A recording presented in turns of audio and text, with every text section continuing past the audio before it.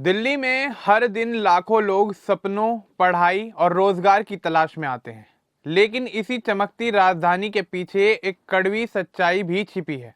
लोगों के लापता होने की लगातार बढ़ती घटनाएं, यह सिर्फ पुलिस रिकॉर्ड के आंकड़े नहीं है, बल्कि उन हजारों परिवारों की पीड़ा है जो हर दिन अपने के लौटने की उम्मीद में जीते हैं। कोई माँ अपने बेटे का इंतजार कर रही है, कोई पिता अपनी बेटी की एक झलक पाने को तरस रहा है, तो कहीं छोटे बच्चे अपने माता पिता को ढूंढते हुए बड़े हो रहे हैं। दिल्ली में लापता लोगों की समस्या धीरे धीरे एक गंभीर सामाजिक संकट बन चुकी है, जिसे नजरअंदाज करना अब संभव नहीं है।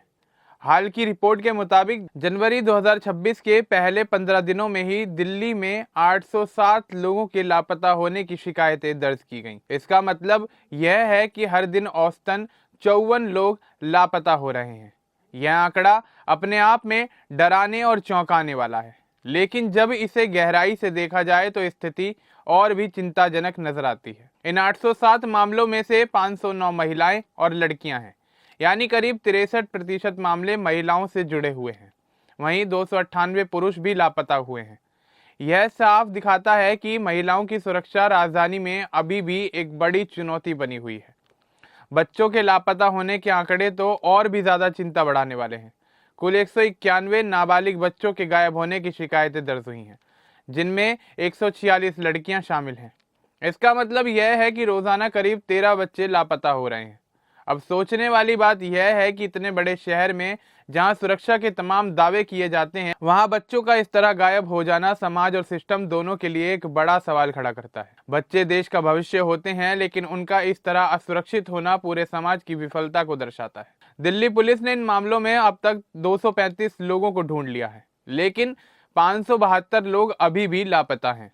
यानी सैकड़ों परिवार आज भी संदेह और डर के साए में जी रहे हैं। कई परिवार सालों से अपनों का इंतजार कर रहे हैं, लेकिन उन्हें ना तो कोई ठोस जानकारी मिलती है और ना ही कोई उम्मीद की किरण। किसी घर में त्योहार सूने पड़ जाते हैं तो कहीं खुशियां हमेशा के लिए थम जाती हैं। यह दर्द सिर्फ वही परिवार समझ सकता है जिसका कोई सदस्य अचानक गायब हो गया हो। लापता लोगों की यह समस्या आज की नहीं है, यह पिछले कई सालों से लगातार बनी हुई है। हर साल आंकड़े लगभग एक जैसे ही सामने आते हैं।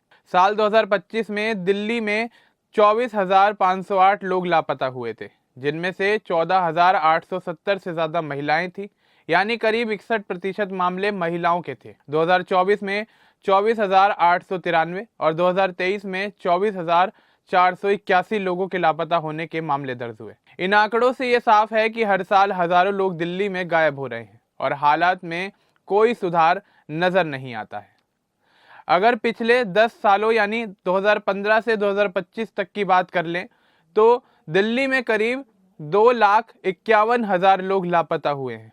इनमें से 56% महिलाएं और 44% पुरुष थे। पुलिस ने लगभग 1,92,000 लोगों को तो ढूंढ लिया, लेकिन 50 से 59,000 मामले आज भी अनसुलझे हैं। यह संख्या बहुत बड़ी है और यह दिखाती है कि हमारी व्यवस्था अब भी इस समस्या से पूरी तरह निपटने में सक्षम नहीं हो पाई है। आरटीआई से मिली जानकारी के अनुसार लापता होने वालों में सबसे ज्यादा संख्या 12 से 18 साल की लड़कियों की है। इसके पीछे कई कारण सामने आए हैं। कुछ मामले घरेलू झगड़ों से होते हैं, कुछ प्रेम संबंधों के चलते सामने आते हैं, तो कई बार मानसिक तनाव और दबाव भी इसकी एक बड़ी वजह बनता है।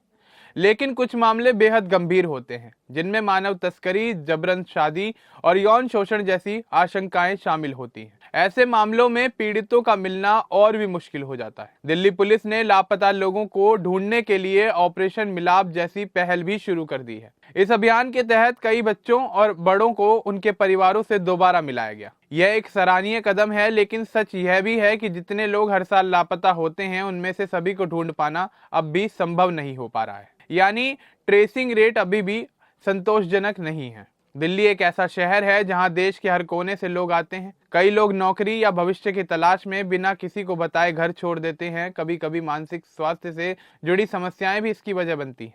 हालांकि हर मामला इतना साधारण नहीं होता। कुछ घटनाएं संगठित अपराध और मानव तस्करी से जुड़ी होती हैं, जो इसे और भी गंभीर बना देती है। इस समस्या से निपटने के लिए सरकार और प्रशासन को मिलकर ठोस और तेज कदम उठाने की जरूरत है। सबसे पहले लापता लोगों के मामलों के लिए खास पुलिस यूनिट को और मजबूत किया जाना चाहिए। इसमें ज्यादा पुलिसकर्मी, बेहतर ट्रेनिंग और आधुनिक तकनीक का इस्तेमाल जरूरी है। चेहरे की पहचान करने वाली एआई तकनीक, ज़्यादा सीसीटीवी कैमरे और रियल टाइम ट्रैकिंग सिस्टम जैसी सुविधाएं इसमें मददगार साबित हो सकती हैं। इसके साथ ही एक मजबूत सेंट्रल डेटाबेस बनाना बेहद ज़रूरी है, जिसमें एनसीआरबी और राज्यों की पुलिस का डेटा आपस में जुड़ा हो।